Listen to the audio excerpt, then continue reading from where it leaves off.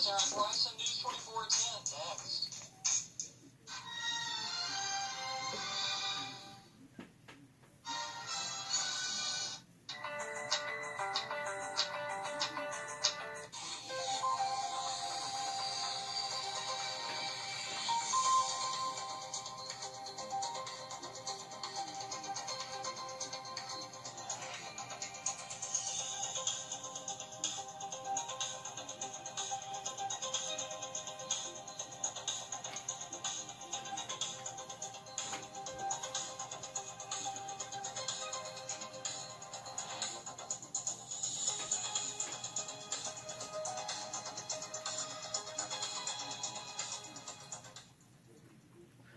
This evening, more on how a bill in the Senate would double the state's gas tax, and a bill supported in the Illinois House would study the reopening of the Tams Correctional Center.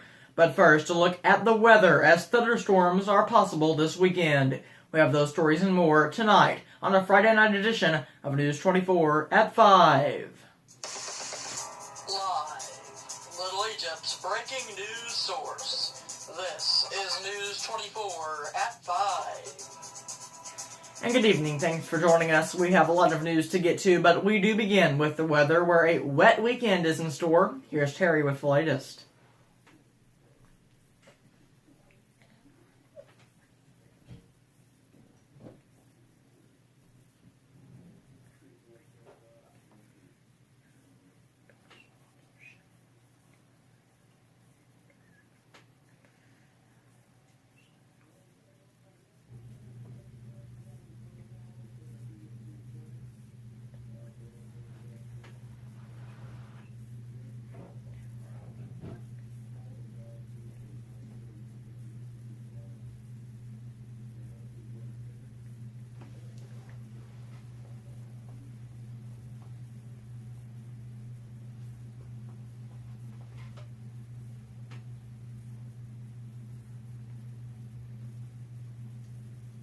All right, thanks, Terry.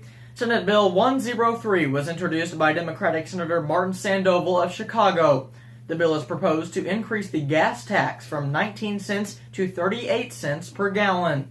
Senate Bill 103 would also raise car registration fees. They would go from $98 for a 2-year period to $148. The cost of new driver's license would double from $30 to $60. The revenue would be used for road, bridge, and other infrastructure repairs. Sandoval says adding this gas tax hike could create $2 billion in additional state revenue.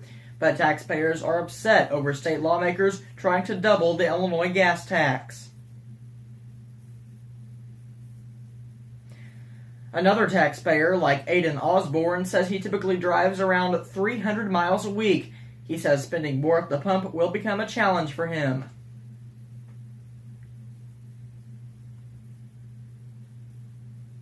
According to the Tax Foundation, Illinoisans already pay the 10th highest gas tax in the nation.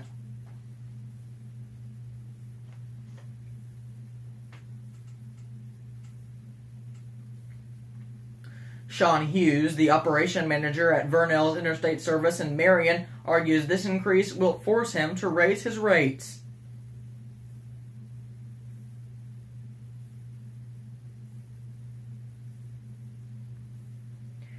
Illinois hasn't raised its gas tax since 1990. A Carbondale man has been sentenced to prison after an argument with his roommate.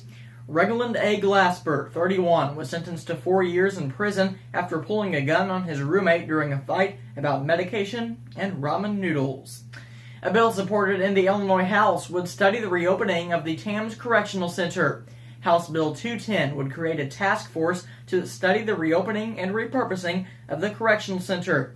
Employees of the Tams Correctional Center started getting pink slips in May 2012, with the last of the inmates transferred out by January 2013. At the time, residents called it a devastating blow economically to the village of less than 800.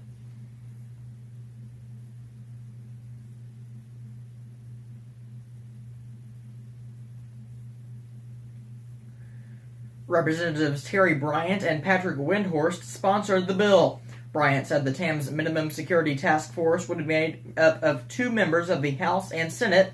the Director of Corrections, a representative of AFSCME, an appointee of the President of Shawnee Community College, an appointee of the President of SIU, the Mayor of Tams, and a member of the Alexander County Board.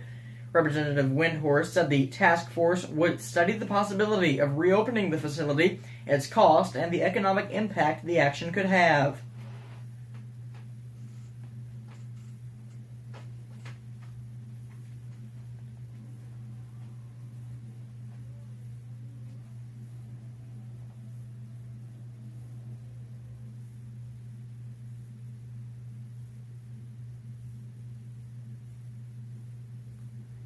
House Bill 210 was unanimously approved in the House and moved to the Senate for consideration.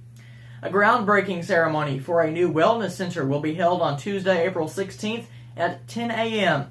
The Wellness Center in Pinckneyville Community Hospital will be approximately 16,000 square feet and will be built on the southwest side of the hospital campus. The therapy and fitness departments that are currently housed at Southern Illinois Rehabilitation on the Square will be relocated to the Wellness Center. It will offer private therapy rooms for physical, occupational, and speech therapy, as well as separate space for work, hardening, and massage therapy. It will be open 24/7 through a badged entry system. One of the biggest additions will be a 32-foot by 25-foot therapy pool. It will be available to members for members for group water aerobics, as well as provide a place for individuals to swim laps. The board also decided to move rehabilitation and sleep studies into the Wellness Center because the specialty clinic in the hospital has already outgrown its current space. The facility could also be used for community health and wellness events.